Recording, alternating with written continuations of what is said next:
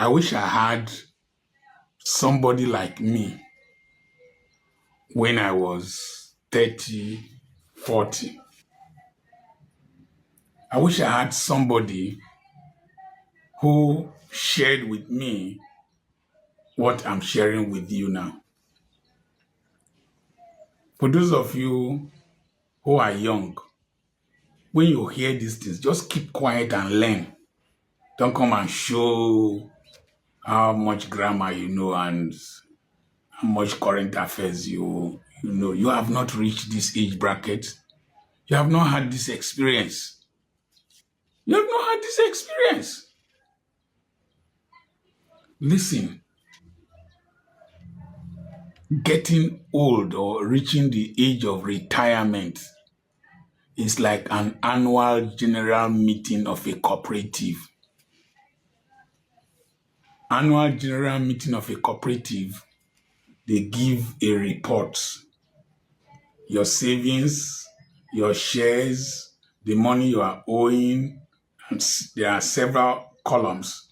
Your penalties for not attending meetings, penalties for not paying your loans on time, then how much you are owing, and your dividends. A friend of mine died, and his children thought he had money in two cooperatives he belonged to. When they came, he was owing. They had to pay the debts. And he was a pastor. Pastor, he wasn't a young man. Listen, those you associate with in life will determine what is associated with. In life will determine what is associated with you. If you associate with fools, foolery will not be far from you. If you associate with investors, you will learn to invest. If you associate and try to develop the character traits of the elite, one day you will resemble an elite and you will be like an elite. Because I lived with the Igbos, this head is divided into two.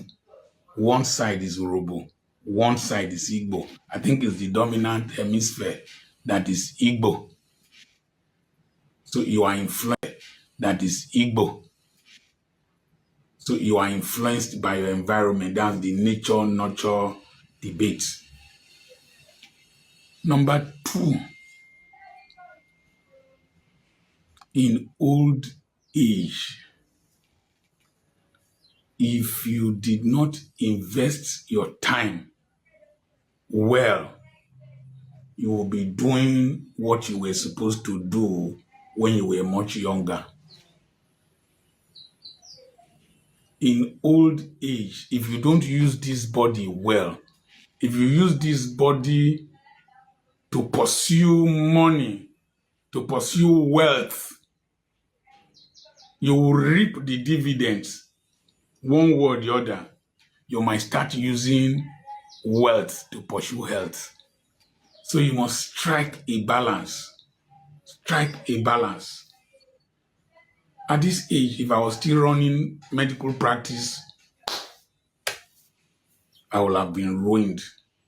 At this age, if I was still going to the school to shout at children, pursue children, do this. At this age, if I still needed to preach before I would eat, it would have been terrible. So I planned well. I invested my money and my energy and my time and my strength well. If you consume alcohol like fish drinking water in old age, you will reap the dividends. If you follow every Bermuda Triangle to fish, in old age, you will have the dividends of children all over the place and be training children in old age. I don't pay school fees anywhere currently. I don't pay house rent anywhere currently. The only monies I will have to for education, it's either scholarship for children or money to train my granddaughter and other grandchildren that will come.